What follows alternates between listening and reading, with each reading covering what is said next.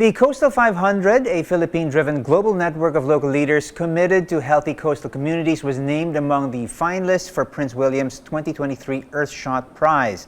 And to tell us more about this, we have with us this morning Rare Global Program Lead for Fish Forever, Rocky Sanchez, Tirona. Good morning, Rocky. How are you? Hi, good morning. All right, let's get straight to it. Let's talk about the Coastal 500.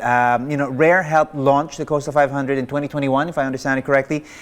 Tell us a little bit more about this initiative, how it came to life, and what are the issues really that we're trying to address with this, gathering and organization. Sure, thank you. So Coastal 500 is really a network of leaders, right? Mm-hmm. Mayors or their equivalent, who've come together, who have pledged to protect our oceans, specifically coastal waters. Coastal waters are really this area that's high in biodiversity, but also so important to millions of people who depend on them for food and livelihoods.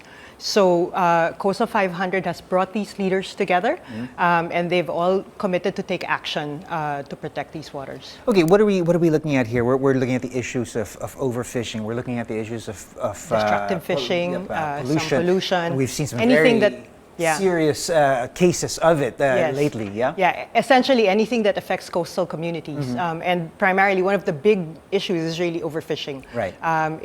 You have to bring communities together so that they can actually make decisions about how their resources are managed. So they actually agree to set rules and figure out how to work together to manage it better. Okay, well, over 1,000 nominees, is that correct? Why do you think the Coastal 500 was chosen for a finalist for this prize? I mean, you guys were the ones who actually, nominated or brought forth the... Yeah, it was really a long process.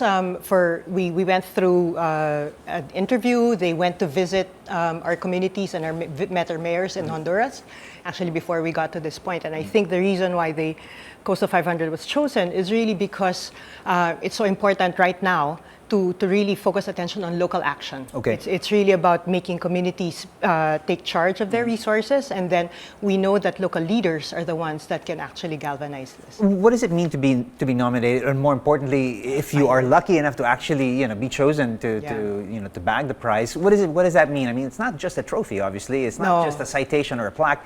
There's some very real things that come with this prize that can actually really be put towards concrete action. Yeah. So even as a finalist, we actually really have an opportunity to bring the issue to a global audience. It's really making people understand why it's so important to take action. They're supporting us through fundraising, through fellowships that can actually help us scale the solution in other ways. And then if we win, it's £1 million that can actually help us do more of this work and really bring our mayors together and take them to different audiences. Okay, speaking of those mayors, who are these? Who are the members of the Coastal 500, and what have they committed to? Okay, so here in the Philippines, for example, we have about 60 mayors from coastal communities. They've joined us. They've actually taken a pledge to take action, and there's very specific things like setting up no-take zones or protected areas, enforcing rules and regulations, allocating financing, that's really important, right? Making it a priority of the municipality. And then it's also about showing up at these events and really inviting communities to actually change their behaviors and really stick to the plan.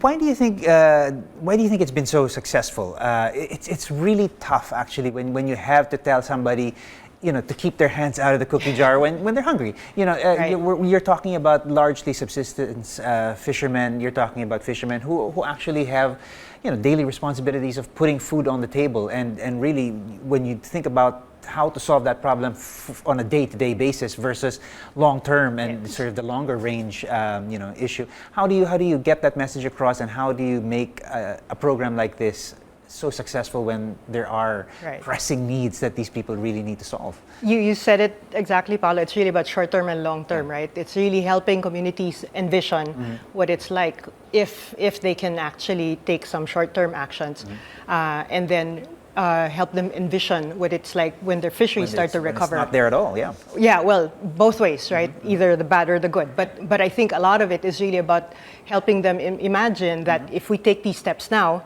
there is a reason to hope and there's a reason to be optimistic Okay. in the future. And then the mayors are so critical to this because they're the ones that can actually inspire this action, right? If communities need to see that mayors are behind them, and foresters need to know that the mayors have their backs, right? So that they can actually do these steps. And I think that makes a difference. And then Coastal 500 brings these mayors together and they actually can become a support system for each other. This is one thing to have one person sort of, on their soapbox talking about what can be and what should be, but it's actually a concrete action when a large group like this comes together, particularly not just here in the Philippines. I mean, here you said we have 60, over 60 or so, but all over the world. I think we're seeing some very big changes in terms of the way the resources are present, the water temperature is changing, fish is moving away simply because they need, if I understand it correctly, cooler water. So they're moving away from